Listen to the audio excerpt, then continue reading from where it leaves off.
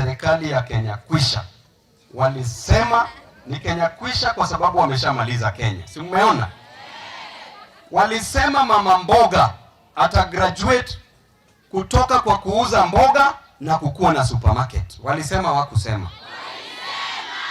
Walisema mwana boda boda, kwanza mtu mwenye ako na baiskeli atanunua boda boda. Walisema wakusema. Motorbike.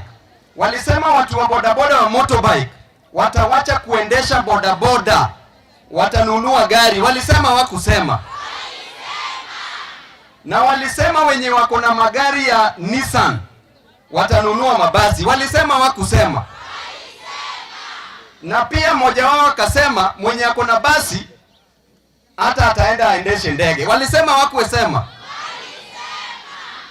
Chenye walikuwa na maanisha ni ya kwamba wale ambao wako chini watazidi kukua chini.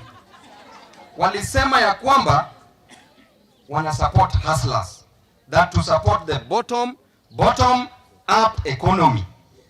Nilikuwa naambia watu bottom up inamaanisha iba pesa kutoka kwa mtu ambaye aliye chini, peleka juu na hiyo pesa idisappear. Mnaona muoni?